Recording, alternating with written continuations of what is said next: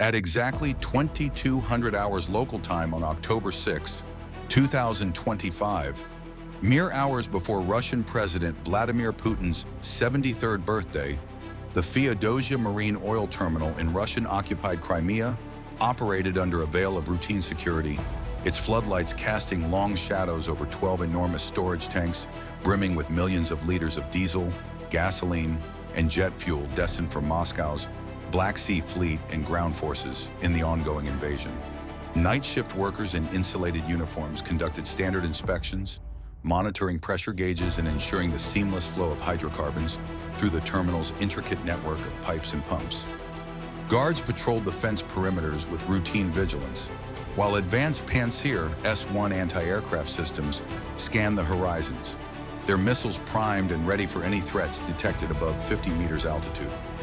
This sprawling facility, the largest oil depot on the peninsula and a critical logistical hub valued in the billions for its role in sustaining Russia's military operations, had long felt insulated from the front lines, over 300 kilometers from Ukrainian-controlled territory and protected by layers of electronic warfare and air defenses.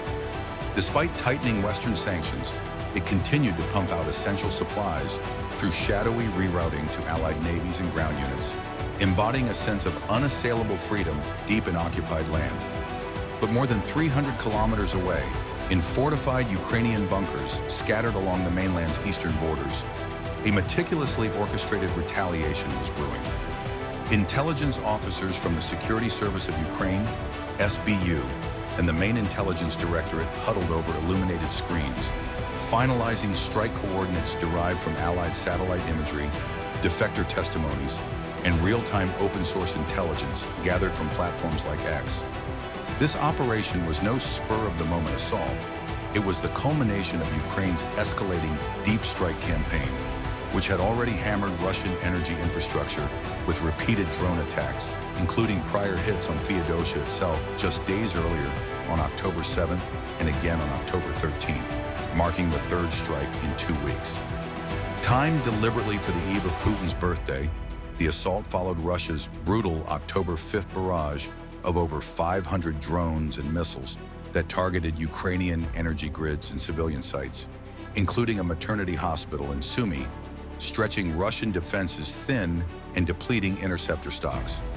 In response, Ukraine launched a record-breaking swarm of 251 drones, blanketing 14 regions across Russia, but with a venomous focus on Crimea, specifically igniting a massive blaze at Feodosia that raged for hours, achieving direct hits on at least 5 tanks and causing no reported casualties but immense strategic damage. The economic and military fallout, billions in lost fuel reserves, crippling shortages for Russian forces, and a symbolic gut punch on Putin's special day. In this video, we're dissecting this audacious birthday blitz, from the high-stakes launch and treacherous evasion over the Black Sea, through the explosive Hellfire impacts, to the rippling shortages devastating Russia's occupation. If tactical drone warfare and geopolitical drama fire you up, smash that like button, subscribe for more breakdowns, and let's unravel this operation step by step. To understand the precision of this strike, we must contextualize it within Ukraine's broader 2025 drone offensive against Russian energy assets, which has intensified dramatically since August, targeting 16 of Russia's 38 major refineries and slashing overall refining capacity by an estimated 38%, leading to acute gasoline and diesel shortages nationwide. Feodosia stood out as a prime target. As the largest oil depot in occupied Crimea, it serves as a vital supply node for the Russian Navy, Air Force, and ground troops, storing and distributing fuel critical to sustaining the invasion. This wasn't the first assault. Ukrainian drones had already struck Feodosia on October 7th, exactly on Putin's birthday, causing initial fires, followed by a second hit on October 13th that sparked an even larger blaze with direct impacts on at least 5 tanks, as confirmed by SBU sources and satellite imagery, showing massive smoke plumes visible in daylight. These repeated attacks, the third in just 2 weeks, underscore a pattern of escalating pressure, with emergency crews dispatched each time, but unable to prevent cascading damage. Ukrainian intelligence, leveraging SBU and Special Operations Forces, coordinated the October 6th launch with pinpoint accuracy, drawing on real-time data to exploit weaknesses exposed by Russia's prior aggression. The arsenal deployed was a showcase of Ukrainian engineering. The Lyutyi series drones, equipped with 150-kilogram shape-charge warheads for maximum structural penetration, Beaver models optimized for long-endurance flights exceeding 4 hours at 200 kilometers per hour cruise speeds, and Ruta variants specialized for precision maritime adjacent strikes, often featuring fiber optic guidance to resist jamming. Each drone, assembled from affordable commercial components sourced via platforms like Alibaba and integrated with smuggled Western chips, cost under $10,000. A fraction of the billions in damage they inflicted on high-value targets like Feodosia.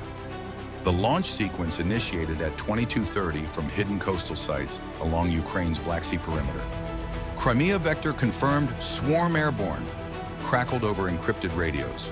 Twin electric turbofan engines hummed to life on the lead units, lifting them at a 15-degree ascent to conserve battery for the 300-plus kilometer overwater journey.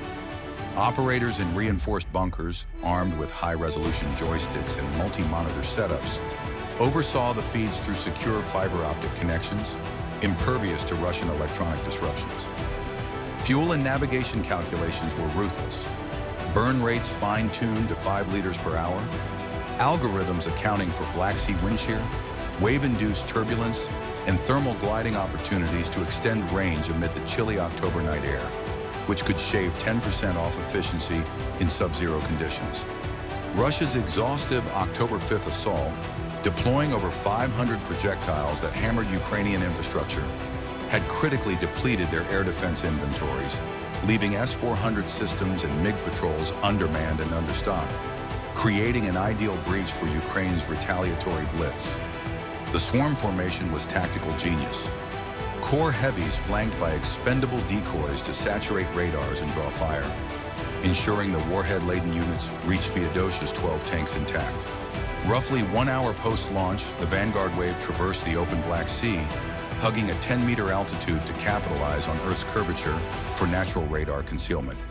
A typical Podlet K-1 array spotting 200 kilometers at altitude becomes oblivious below 12-kilometer line of sight, turning the sea's horizon into a stealth ally.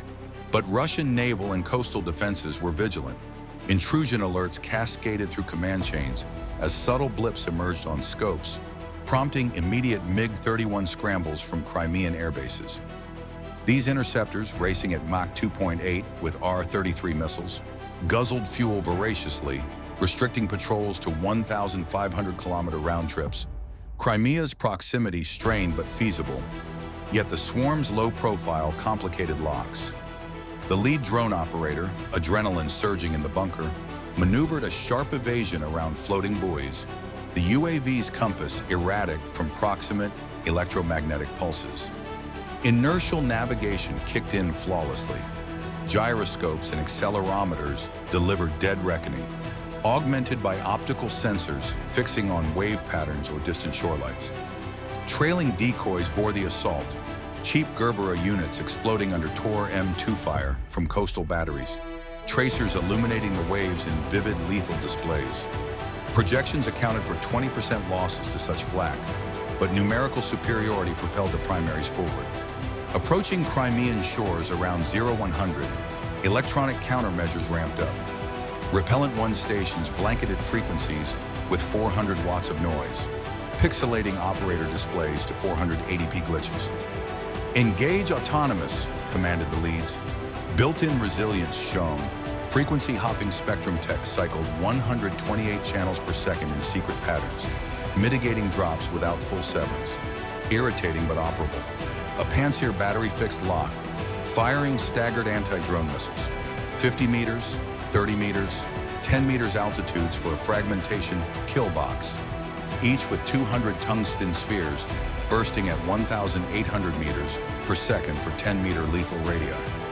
Proximity fuses scanned for metal, yet the operator exploited the 1.2-second arming safety delay at 432 kilometers per hour, covering 144 meters to dive beneath.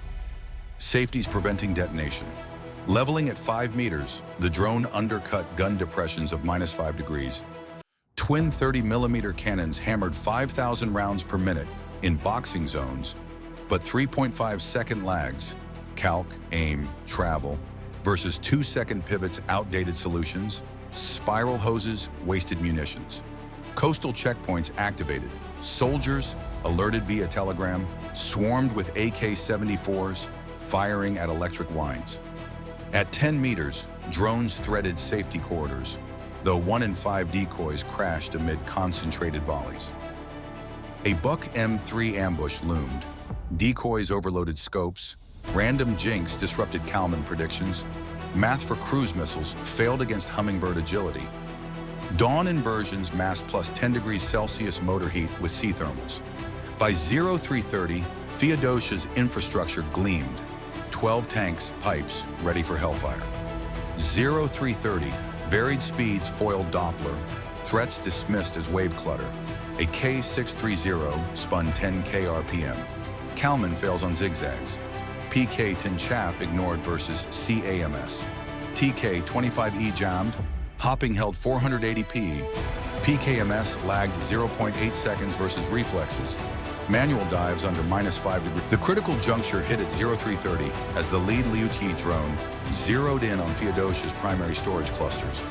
The heart of the terminal, where millions of liters of diesel and jet fuel were housed in 12 massive tanks, feeding Russia's Black Sea operations under constant pressure flows. Russian radar teams in the depot's control bunkers reacted in frenzy. Scopes cluttered with phantom contacts that flickered erratically, appearing and vanishing with each pass. The drones calculated speed variations, cycling between 80 and 120 knots, undermined the Doppler shift algorithms engineered to isolate dynamic threats from static sea clutter, like waves or coastal fog. Both produced analogous echo profiles, causing naval-tuned rejection filters to mislabel the inbounds as innocuous noise. Comprehensive alarms failed to trigger across the site.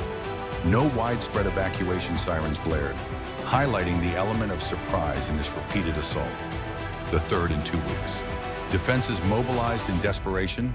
Pantsir-S1 AK-630M, 2 duet cannons, whirred to action, belching 10,000 rounds per minute under Kalman filtering guidance that fused historical trajectories with physics to predict paths, like averaging an unpredictable driver's route. Ukrainian countermeasures prevailed. Erratic 2-second course shifts rendered predictions obsolete, leaving systems optimized for hefty 3,000 kilograms missiles like P-270 Moskits ineffective against these 150-kilogram agile intruders, akin to hammering at fleeting insects. PK-10 launchers spewed aluminum chaff clouds, generating hundreds of radar decoys over 50 kilometers.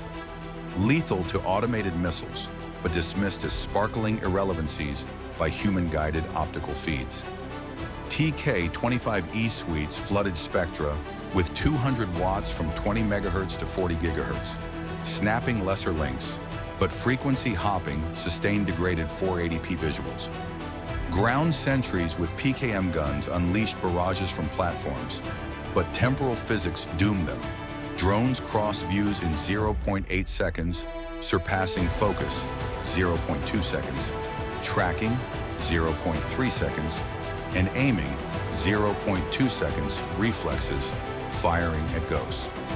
Panzer armaments, capped at -5 degree depressions, were trigonometrically bypassed at near-range low altitudes. At 500 meters, controls flipped manually, displays filled with tank structures. The initial Lyutyi struck a primary reservoir, its 150-kilogram shaped charge exploding via Monroe effect, deforming a copper cone into a 7,000 meters per second plasma lance that shredded 15mm plating, ejecting molten shards across adjacent systems. Comms and sensors blacked out. Follow-on hits targeted junctions. Lances severed high-pressure lines, igniting arc fires. Coolant breaches spewed toxic vapors. Interlocks failed. Millions of liters chained in detonations. Fireballs soaring 100 meters, turning night to day over Crimea. X reports exploded. At least 5 tanks hit. Massive blaze, 11 damaged. SBU confirmed. Fires raged hours, no casualties, but strategic cripple. By dawn October 7th, Putin's birthday, the Inferno scale emerged. Feodosia ablaze for hours, 5 to 11 tanks damaged, smoke visible miles. Russian governors claimed drones downed, no fire. But satellite/X evidence contradicted. Large-scale blaze, networks disrupted. Emergency teams battled, evacuations ensued. SBU/Special Ops claimed success. Depot feeding Navy crippled. Third hit amplifying prior damage. Broader swarm hit 14 regions, but Crimea focused starved occupation forces. Fallout. Feodosia's loss exacerbated shortages. Diesel/gas bans loomed. Military convoys rationed. Black Sea Fleet ops hampered. Part of 16 refinery hits since August. 123 million tons capacity slashed. Sanctions blocked repairs, 18 months minimum. Putin's economy bled billions. Asymmetric win for Ukraine. Win